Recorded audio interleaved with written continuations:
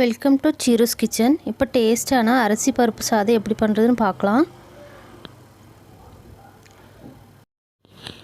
அதுக்கு 1 டம்ளர் அரிசியும் அதே டம்ளரில் அரை டம்ளர் பருப்பு எடுத்திருக்கேன்.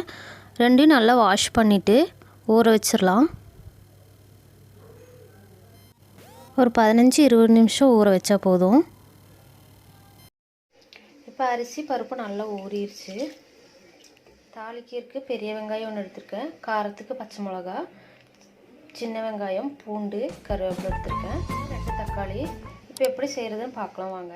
குக்கரில் எண்ணெய் ஊற்றிக்கலாம். கொஞ்சம் நெய்யும் ஊற்றிக்கலாம்.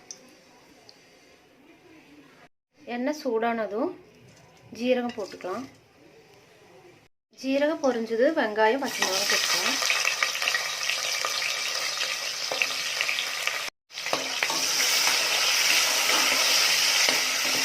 நல்லா மிக்ஸ் பண்ணி வச்சுக்கணும். நல்லா வதங்கட்டும். வெங்காயம் நல்லா வதங்கிடுச்சு. இதில் தக்காளி போட்டுக்கலாம். தக்காளி போட்டு நல்லா மிக்ஸ் பண்ணி வச்சுக்கணும்.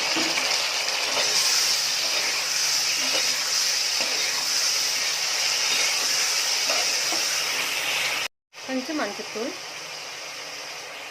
கொஞ்சம் மிளகாத்தூள், உப்பு தேவையான அளவு போட்டு நல்லா மிக்ஸ் பண்ணிவிட்டு நல்லா வதக்கி விட்டுக்கலாம்.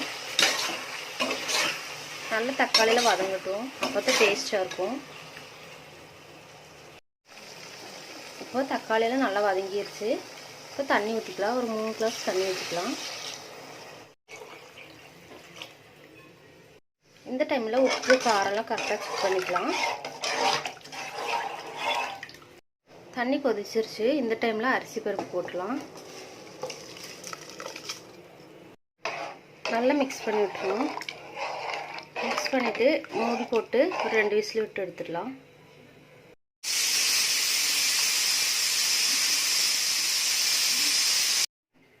இப்போ ரெடி ஆயிடுச்சு.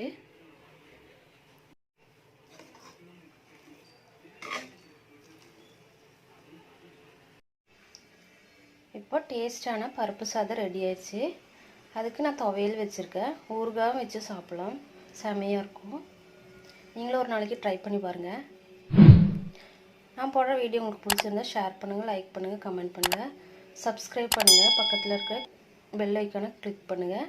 அப்போ தான் நான் போடுற வீடியோ உங்களுக்கு நோட்டிஃபிகேஷனாக வரும். தேங்க்யூ.